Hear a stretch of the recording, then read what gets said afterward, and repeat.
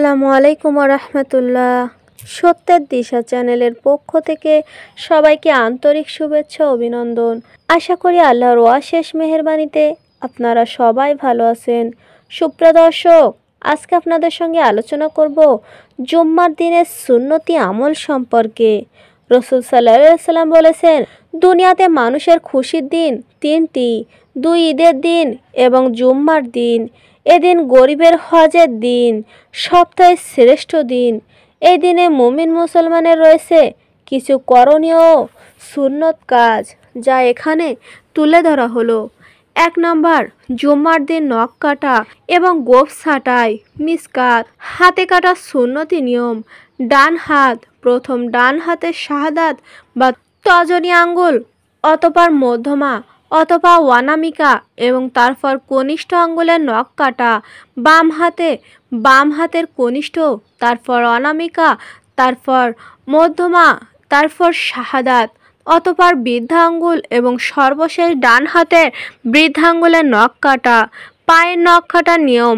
ডান পায়ের কনিষ্ঠ আঙ্গুল থেকে শুরু করে বৃদ্ধা আঙ্গুলতে শেষ করা, বাম পায়ের বৃদ্ধা আঙ্গুল থেকে শুরু করে কনিষ্ঠ আঙ্গুলে শেষ করা।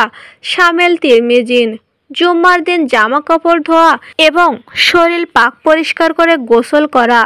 আবু দাউদ ইবনে মাজহার। জুম্মার দিন জুম্মা নামাজের উদ্দেশ্যে মিসওয়াক করা এবং গোসল করা। বুখারী।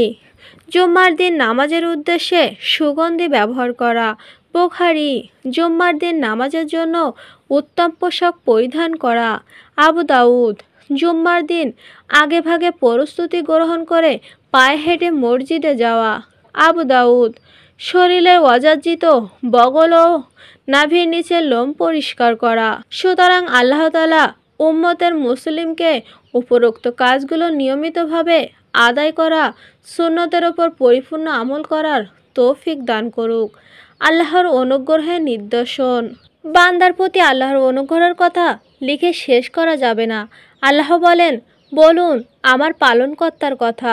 লেখার জন্য যদি সমুদ্রের পানি কালি হয়, তবে আমার পালনকর্তার কথা শেষ হওয়ার আগে সে সমুদ্র নিঃশেষ হয়ে যাবে। সাহায্য অর্থে অনুরূপ আরও একটি সমুদ্র এনে দিলেও। সূরা কাহাফ আয়াত নাম্বার 109।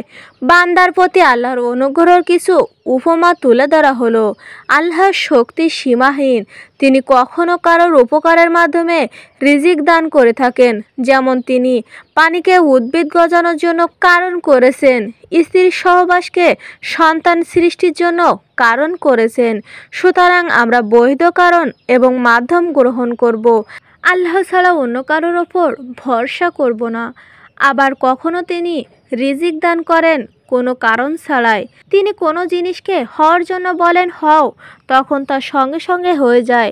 যেমন আল্লাহ হযরত মারিয়ামকে গাছ ছাড়া ফল এবং স্বামী ছাড়া সন্তান দান করেছিলেন। আবার কখনো তিনি কারণ এবং উপকরণের বিরুদ্ধে তার শক্তি প্রয়োগ করেছেন। যেমন আগুনকে হযরত ইব্রাহিম আলাইহিস সালামের জন্য ঠান্ডা ও নিরাপদ করে দিয়েছেন। হযরত মুসা আলাইহিস সালাম পানিতে ডোবা থেকে বাঁচিয়ে দিয়েছিলেন এবং ফিরাউন ও তার জাতিকে পানিতে ডুবিয়ে মেরেছিলেন।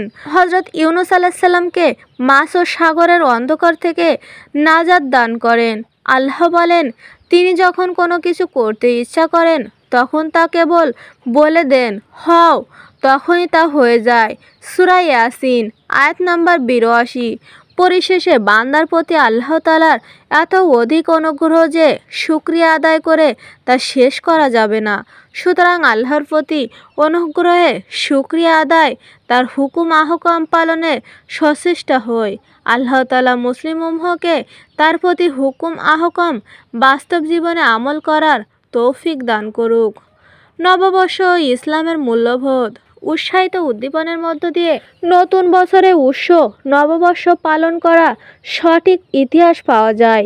ইতিহাস পর্যালোচনা করলে দেখা যায়, ঘরোয়া পরিবেশে পরিবার পরিজন ও আত্মীয় স্বজনের মাঝে নতুন বছরের প্রথম দিন ভালো খাবার দাবারের আয়োজন, নতুন পোশাক গ্রহণের মাধ্যমে বর্ষবরণ উদযাপনে সীমাবদ্ধ ছিল। ঘটা করে কখনো কোনো অনুষ্ঠানের আয়োজন হতো না। সময়ের আবর্তে বর্তমান ধর্ম বর্ণ নির্বিশেষে ঘটা করে ইত্যাদি অনুষ্ঠানের মাধ্যমে বর্ষবরণ উদযাপন করে থাকে। সুপ্রিয় দর্শক, তো এই ছিল আজকে আমাদের আলোচনা। আল্লাহ তাআলা মুসলিম উম্মাহকে এসবগুলো মানার এবং জানার তৌফিক দান করুক। আমিন।